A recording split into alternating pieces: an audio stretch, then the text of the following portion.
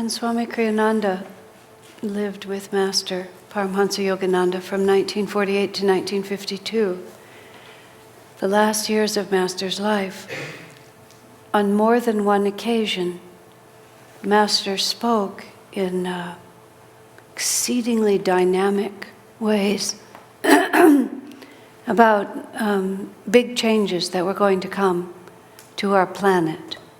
He talked about great conflicts and great suffering, after which, as he said, there would be 300 years of peace, unprecedented peace and prosperity in the world. And he said mankind, sick to death of war and violence, would usher in a period of unprecedented peace. That was in 1952. Swami Kriyananda heard him say that. And Swamiji said, the way Master said it on a Sunday afternoon, it felt like it was coming Monday morning. So now that's 70 years ago nearly. But Swamiji always carried with him this enormous sense of urgency about establishing Ananda, about establishing Master's work, because Master himself had implanted in them this enormous sense of urgency. Well, a sense of urgency can have an inner and an outer reality. The inner urgency cannot be given to us by anybody else. Either we have a driving hunger for attunement with God, or else we're a little bit interested. And everybody falls on the spectrum somewhere. How clearly one is convinced that God is the only answer. And one of the things that we all work with on the spiritual path is to shift that sense of urgency. And if we're lax about it, God tends to set us on fire in one way or another, so that the urgency becomes impelled from our own suffering. Well, the other reason Master spoke in the way he did is because he was and we are in enormously changing times on a cosmic scale, from one yuga to another, from Kali Yuga, the age of matter, into Dwapara Yuga, the age of energy. And such transitions cosmically are always quite chaotic. And the Masters often incarnate during these points of transition because, in a certain way, the slate gets wiped clean and an entirely new pattern gets to be set that's going to go on for a very, very long time. Jesus was born in a descending age. Yogananda was born in a rising age. Christ was born in a descending age to plant a pattern with such power that even as it got darker and darker, somewhere that pattern would be preserved. And that was the whole cycle of the monasteries and the barbarians and civilization and the Irish saving civilization, holding these points of view. In the Bhagavad Gita it says, whenever virtue declines and vice begins to predominate, I, the infinite spirit, take human form to fight against unrighteousness and to again restore divine understanding. From the days that Yogananda made it seem as if cataclysm was coming tomorrow, a whole generation really has come and gone. But nonetheless, we live in very interesting times. And there's an accelerating sense of unreliability about the world that we live in. And that accelerating sense of unreliability about the world we're looking at increases our sense of urgency, that we need to become more in tune with the world that is less obvious. Yogananda said, everything about this world looks to him like a play of light and shadow. He said, just like a movie, and as they used to be projected on the screen by a beam of light, he said, so this world to him looks like light and shadow. Now, to most of us, it doesn't. To most of us, it looks consistently real. And there's a deep longing at times to find something that we really can hold on to. So these great masters are born into the world to give us that to hold on to. It's interesting to realize that Jesus was born into extremely chaotic times. And the pattern that he set in motion, which has now become to be devoted to the Bible and to Christ in a peculiar sort of way, has become the rigid standard rather than the revolutionary standard in our peculiar society at this time. But when Jesus came, it was utterly a chaotic time. He came to the Jewish people at a time when a corrupt priesthood had control of the religion. He was born into an Essene community, and the Essene communities were a marginalized minority that had to keep their very existence secret. And when Jesus began to teach, he was teaching true Judaism and true Sanatana Dharma, but he was at war with those in power. So much so that his first exile in his mother's womb, to be born in Bethlehem, was the result of the government. But his second exile, fleeing from Bethlehem into Egypt, was because the reigning king wanted to kill him. So we have this idea that somehow the world will support our spiritual life. But Jesus himself said, I came not to bring peace, I came to bring a sword. And of course that has many meanings, and above all it means the sword of discrimination against our own delusion. But he also was telling us that we cannot look to the world outside for the confirmation of our spiritual lives. And the life of Jesus himself, which starts with this glorious celebration of the descent of the divine into human form, to fight against unrighteousness and to restore virtue.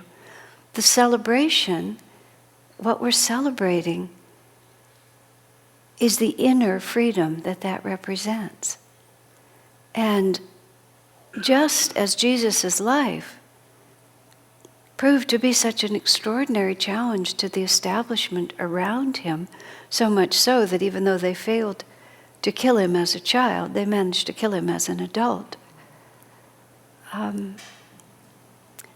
Simultaneously, we celebrate his birth with absolute ecstasy.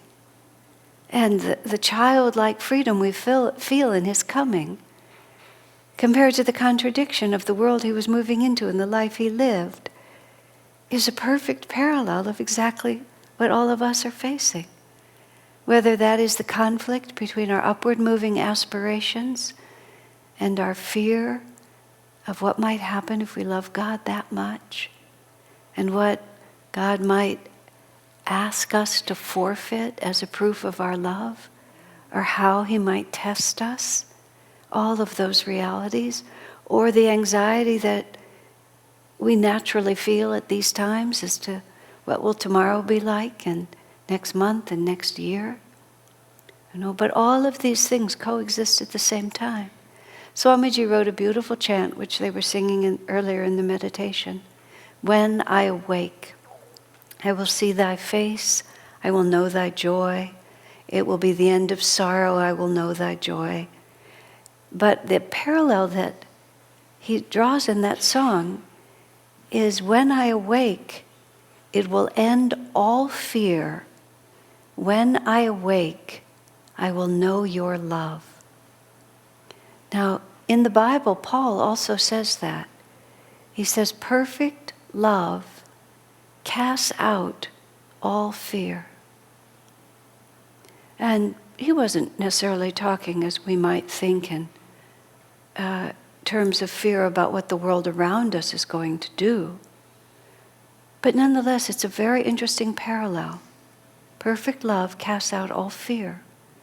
Because when we ask ourselves, any unsettled reality that any of us experience, if you trace it back to its source, it's always about fear.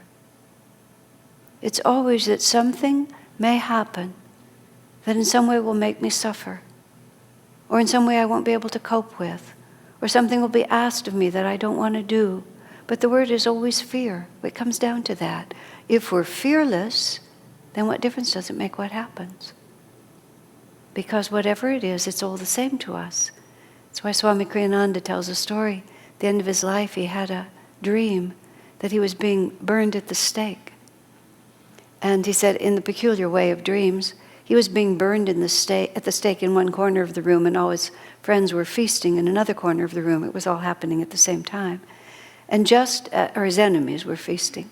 And just as the fire was just beginning to start, his friends came in and rescued him.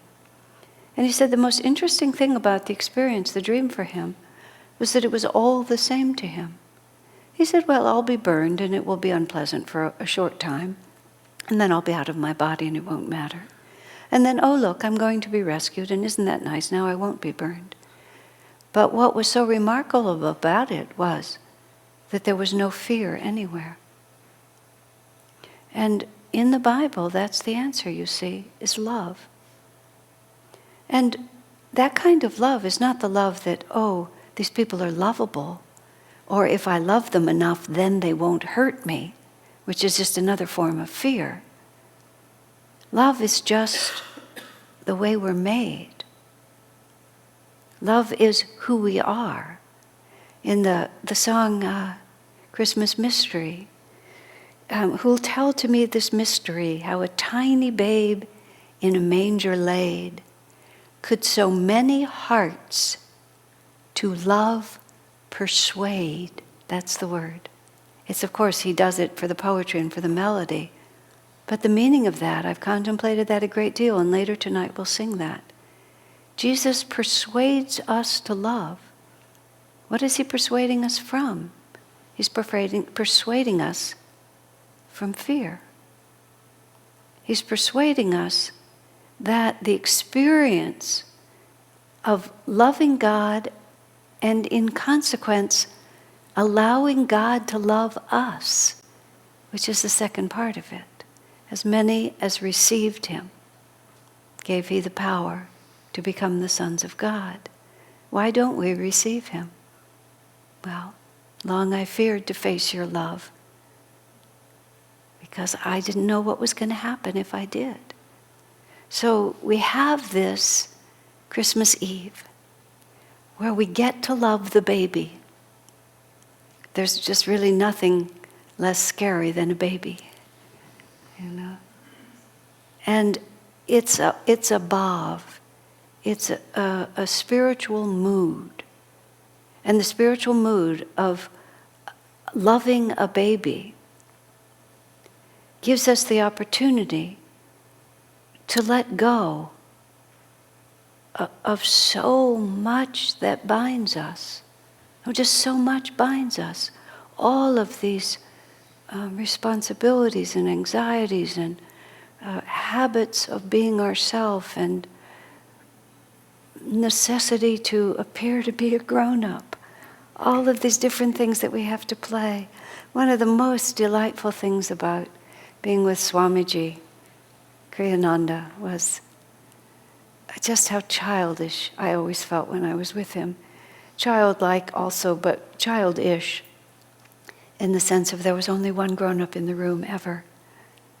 And by comparison, I was always a baby by comparison.